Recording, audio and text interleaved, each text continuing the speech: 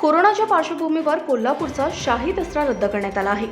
वादळी वारा असो किंवा मुसळधार पाऊस असो, कोल्हापुरातल्या ऐतिहासिक दसरा चौकात दरवर्षी दसरा मोठ्या उत्साहात साजरा केला जातो. मात्र यावर्षी कोरोना संसर्ग वाढू नये म्हणून लोकांनी यावर्षी साधेपणानेच हा सण साजरा करावा म्हणून दसरा साजरा करण्यात येणार नाही. श्रीमंत शाहू छत्रपती महाराज यांच्या सूचनेनुसार जिल्हाधिकारी दौलत देसाई आणि महापालिका आयुक्त कादंबरी बलकवडे यांनी शाही दसरा यावर्षी रद्द करण्याचा निर्णय घेतला आहे. कोल्हापूरमध्ये कोरोनाचे रुग्ण वाढत आहे. सध्या प्रमाण कमी झालं असलं तरी सुद्धा आणि खबरदारी घेणं गरजेचं आहे. जिल्ह्यातले आतापर्यंतचे सगळे सार्वजनिक सण आणि समारंभ रद्द करण्यात आले आहे.